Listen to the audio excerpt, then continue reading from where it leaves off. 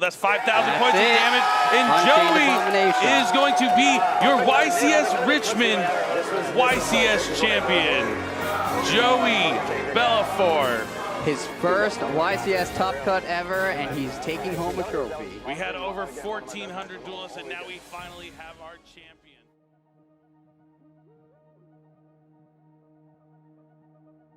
I'm a competitive person at heart. My mom was the same way. She told me, oh, you're just like me, you're too competitive. So as soon as I got into locals for the first time, I wanted to get better because I was getting whooped by everybody, you know. It's like it happens to everyone. You come in with a pile of normal monsters and you get whooped by like, what was it? It was like kind of before, like right at Edison format. So I was getting hit by like Mizuki, Goblin Zombie, Absolute Zero, all like the best cards out of that era.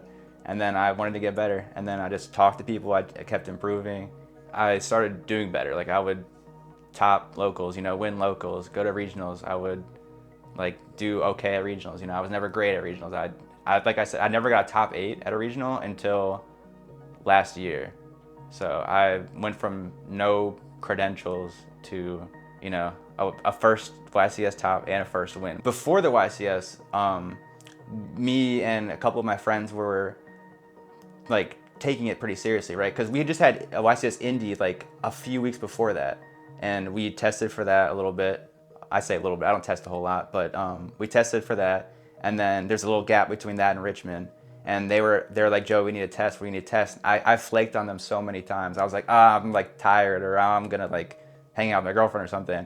And so I got almost no testing leading up to the event. I had just locals. Like I would play locals Wednesday, Saturday, and that was it, which is okay for testing, but it's not good because you don't play against all really good players. You get a wide range, and it can skew how you think about certain decks and cards and stuff. So yeah, I wasn't very prepared at all going to the event. I wanted to just go have fun with my friends and just like eat some decent food in Richmond, Like the event was secondary to the friendships. Day 1 started, I was so tired, hadn't eaten, and then I had already lost round 2, I believe, and tied round 3. So I was 1-1-1 after round 3, and I was thinking to myself, like, should I just drop and go sleep in the hotel room, maybe get some food, because I'm hungry or whatever. And my friends were like, we'll keep playing or whatever. So I'm like, I'm here, might as well play. So I took the matches one at a time. I just played the best that I could play, and then I somehow did not lose from that round till I didn't lose. I kept winning, so that's what happened.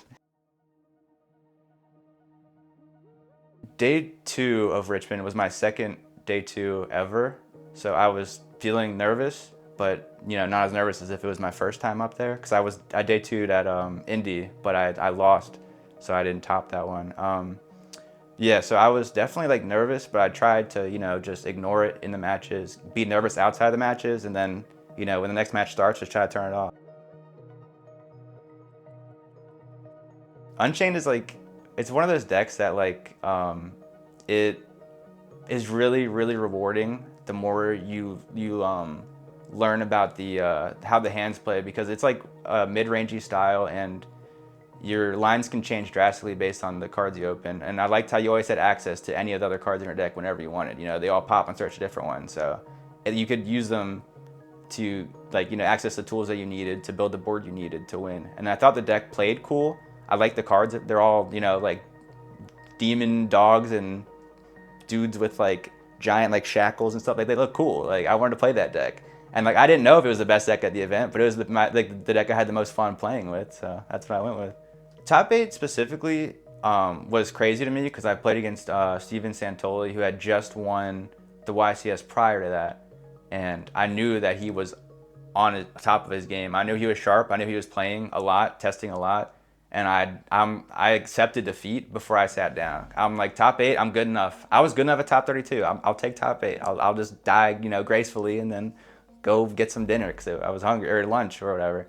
So I sat down and we played a really good match, and I just barely got the edge on him. And the whole match I was thinking, this guy's like really good. Like I'm gonna lose, but I clutched it out.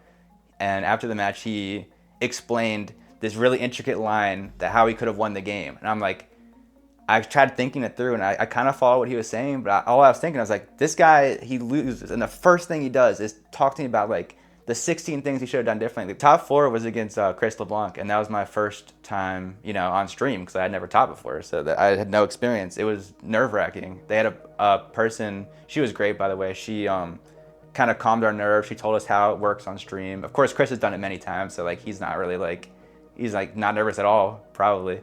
She's explaining everything. I gotta get mic'd up just like this, and you gotta put all your belongings away in a bag or in a box. They had like 2 like chests on each side of the thing. They're like, oh, you're red player, so you put all your stuff in the red box. And I'm like, there's just so much like stuff going on, like that it's like distracting. Cause I need to play Yu-Gi-Oh. Like I can't do this, but I just try to just ignore it and just get through the stream. But it helped a lot because I had like a bunch of my friends watching like right at the venue itself, so it felt like it was more comforting knowing I had people like supporting me, Standing to the side of Billy Brake when he was announcing me and my opponent Jack, it was insane. Like I'm like standing next to Billy Brake, who I've watched since I was a kid. Like, he used to win and top all the time back in the day.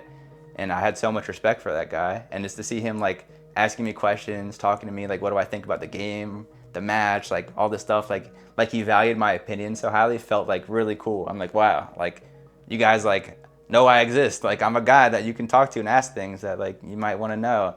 So that was really cool. And then my opponent, it was funny. I felt like I was looking at myself in a way, because it was also his first, I think it was his first top, and it's obviously his first finals. So it was just 2 guys who have never made it here before, like battling it out. And you can probably see it during the match, we were smiling and joking the whole match. Like we were fine taking first or second. Like we were just happy to be there.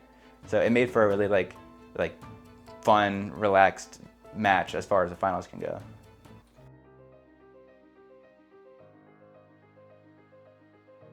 My mind started going crazy. I was like, oh my God, I got this. I can win now. Like I have to do this. I made a play where I summoned, I think, only 2 monsters to play around Nib, and I went straight to battle phase, because those 2 monsters can do 8,000 if you play it a certain way. So I'm like, okay, he's at 8,000. I have 8,000 on board with only 2 summons. Let me just kill him. And I got punished so hard because the card I thought was Nib he was holding in his hand was a Druid's Worm. So he was able to body block the damage, not die, and then he nibbed me after. So I lost my board. I lost what I thought was going to be game, and I thought I was going to lose. I was like, that was crazy. I lose now. Like I can't be mad. I played around Nib, lost to Druid's Worm, whatever. But it didn't end. He didn't beat me because his hand wasn't very good. So he gave me another turn. I top deck, I think, a Rhino Warrior. I set him, and then I had a Ruha in hand to pop him, and then something. I think that's how it was. And then I ended up, comboing off, had enough damage to kill him, and then it was over. And it was crazy. I thought I was gonna lose like 3 times during that match. Winning was so like surreal because I had been, between top 32 and the finals, I've been playing all day. So like I was so burnt, so like thirsty, tired, hungry, everything, that like the emotions didn't come until much after. When I was up on stage after I won, like I was like not like survival mode, but like I didn't feel like I was in my own body. It's like almost like an out of body experience. Like I couldn't believe I was up there and like doing that, and like that had happened. And then I think the first time I really started to feel it was in my winner's interview when Billy asked me if I had a message to players, and I had told him that I had teared up in the winner's interview, and it was so awkward because they kept the camera on me after when I was sitting there with like the tears filling my eyes, and I'm like trying not to. I'm like, don't cry, don't cry. I want players to know that you don't like people that win events and top events are not like special, like like high, almost like gods, like that, like, oh, they're this guy, he's gonna top this, he's gonna win this. Like anyone can do it. You have to have the right mindset. You have to put a little bit of the work. That's 5,000 points of damage, and Joey is going to be your YCS Richmond YCS champion. Joey